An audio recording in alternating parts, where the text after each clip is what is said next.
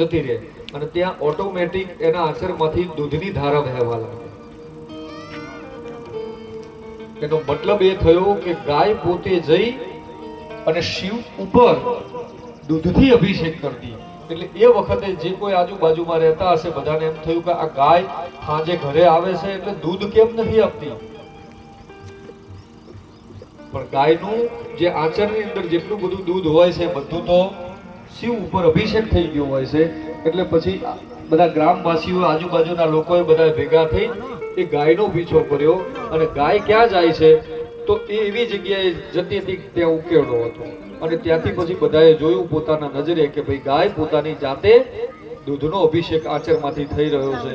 એટલે પછી લોકોએ ભેગા થઈને એ ઉકેરડાનો ખોદ્યો. ઉકેરડાને ખોદતા ખોદતા ખોદતા ખોદતા નીચે સુધી ગયા અને એમાં ભૂલથી ખોદવા માટે હાથમાં હથિયાર લીધેલું હોય એટલે ખોદતા ખોદતા ખોદતા ખોદતા એક એવી જગ્યાએ ગયા કે ત્યાં જવાથી સ્વયંભૂ શિવ પ્રગટ થયા, લાપેશ્વર મહાદેવ પ્રગટ થયા અને એ હાથમાં જે હથિયાર હતું ખોદવાનું એ શિવલિંગ ઉપર વાગી ગયું. આજે પણ તમે અમારા લાપેશ્વર મહાદેવના દર્શન કરવા જશો તો શિવલિંગ ઉપર એ હથિયારના ઘાનો નિશાન આજે પણ તમને જોવા માટે મળશે. અને એવી રીતે અમારા ગામની અંદર સ્વયંભૂ લાપેશ્વર મહાદેવ પ્રગટ થયા. અમારા ગામમાં સૌથી પહેલું પ્રાગટ્ય વર્ષો પહેલા લાપેશ્વર મહાદેવનું થયું અને પછી બીજા દેવી દેવતાઓની જાગૃતિ થઈ છે. આ લાપેશ્વર મહાદેવ એ અમારો ઈષ્ટદેવ છે અમારા ગામ. એટલે સાહેબ જગતમાં તમે કોઈ તીર્થ ક્ષેત્રમાં મારા ગામના તો અહોભાગ્ય છે હો આપણા બધાના.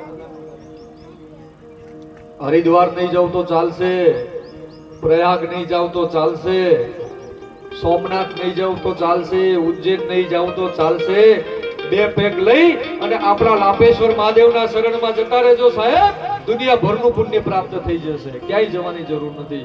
એવો લાપેશ્વર મહાદેવ આપણા વિરોચનનગરની અંદર બિરાજમાન છે. એના પરચાઓ તો બધા અગણિત છે. એના પરચાઓ કહેવા બેહું તો પાછા બીજી 9 દિવસની કથા થાય એટલે બહુ પરચા નથી કહેતો. પણ એટલી પ્રાર્થના ને વિનંતી કરું છું કે જે લોકોએ અમારા ગામના લાપેશ્વર મહાદેવના દર્શન ન કર્યા હોય એ સમય મળે એટલે નથી કહેતો, સમય કાઢીને એક વખત અમારા ગામના લાપેશ્વર મહાદેવના દર્શન તમે જઈને કરી આવજો સાહેબ. એવો ભોળો નાથ છે અમારા અજીત કાકા. પહેલા એમના પિતાજી, એમના દાદા આ બધા પૂજા કરતા, પછી એમના પિતાજી કરતા.